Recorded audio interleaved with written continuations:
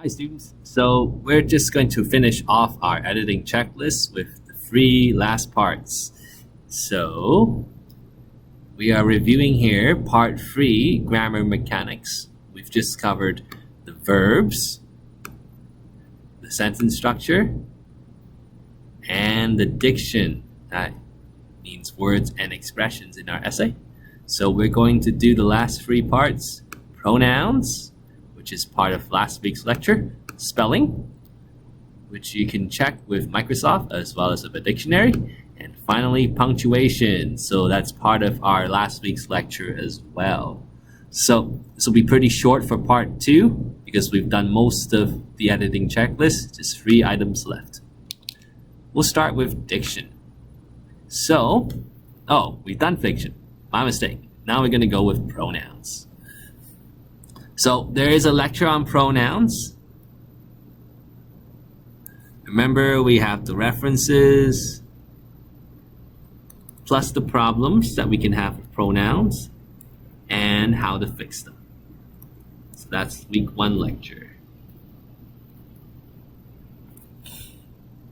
So here are some questions you can ask as a reminder when you're checking your essay for pronouns. 1, check if your pronouns reference to the person, place, or thing, or idea, so these are nouns,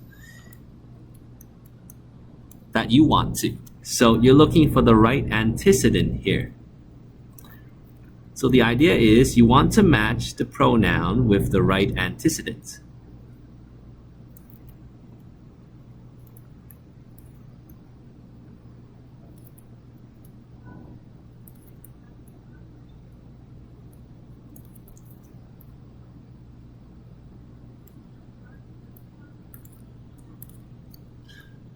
Some problems for this, you may have too many words between the antecedent with the pronoun. So I'm going to use A for antecedent and P for pronouns. Sometimes you have too many other nouns in there, so that might be one of the problems. You might be using a different pronoun, so that's another problem. So refer to your pronouns lecture on how to fix them if you encounter these problems. Also, another question you can ask yourself with pronouns is, are you using pronouns too much? This includes things like it is often said, so you have your it here, or it is true that. So if you start sentences with these pronoun introductory phrases, try to avoid these. Use specific nouns instead.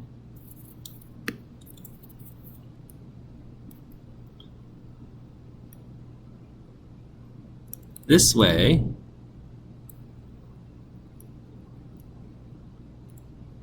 your sentences are more clear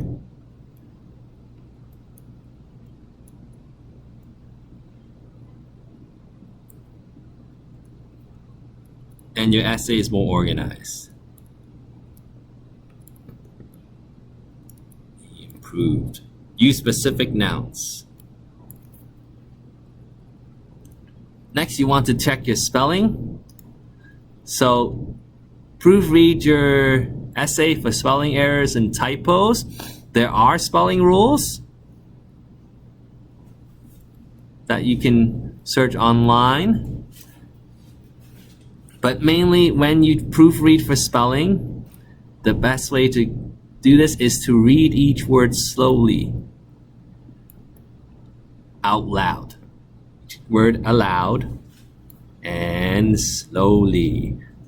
Every word in your essay matters, and every sentence in your essay matters. So when you're reading words, one of the things you can check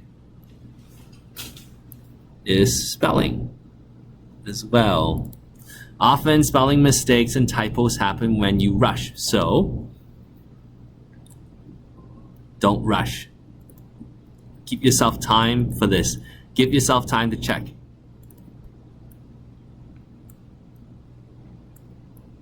time to check.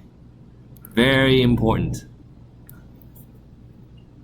And finally, for punctuation, there are several punctuations that you need to use correctly. First one's periods for the ends of sentences. Commas, you can connect sentences to clauses together. Semicolons, connect independent clauses together. Colons, you can use them for lists. You can use these three in ways that we covered in week 2. Lecture on semicolons. That should be day 1. Quotation marks you use for quotes, and apostrophes you use for possessive pronouns, and also to indicate certain actions. Remember, question marks, exclamation marks, and parentheses, these ones you should use very sparingly. So try not to write in questions, try not to make any very strong claims, and brackets you can use instead commas. So avoid these. So that's it for our editing checklist. This video is meant to be used with the feedback you're going to get for draft 2. So use this checklist for your assignment 2. Feedback. So when you get your grades back for your assignment 2, check the feedback with the list. And then you can use this for your next assignment. Assignment 3 to 5. So this is your big essay. So assignment 3 to 5 is going to be your argumentative